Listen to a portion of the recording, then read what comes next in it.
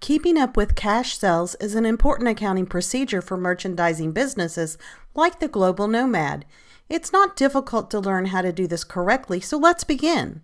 The Global Nomad had $2,782 of merchandise sold, and the business collected $229.52 in sales tax for that merchandise on March 15th, based on the cash register tape total number C3-1514, which stands for Cash Register 3/15/2014.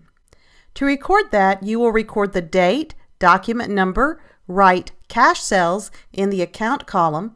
You will then record the $2,782 in the Sales Credit column and the $229.52 in the Sales Tax Payable Credit column.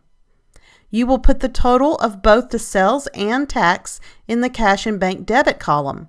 Don't forget that both of these credits must equal your debit totals in the journal. Bank card sales work much in the same way. On March 15th, there were $1,349 of merchandise purchased with bank cards and $111.29 of sales tax collected for the bank card purchases.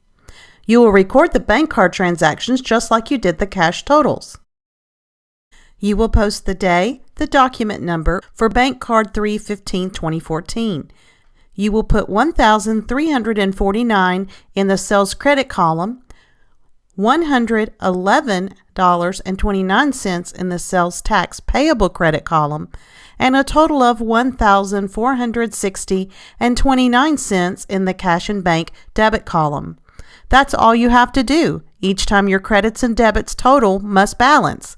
See how super simple this process is? It's even fun to do.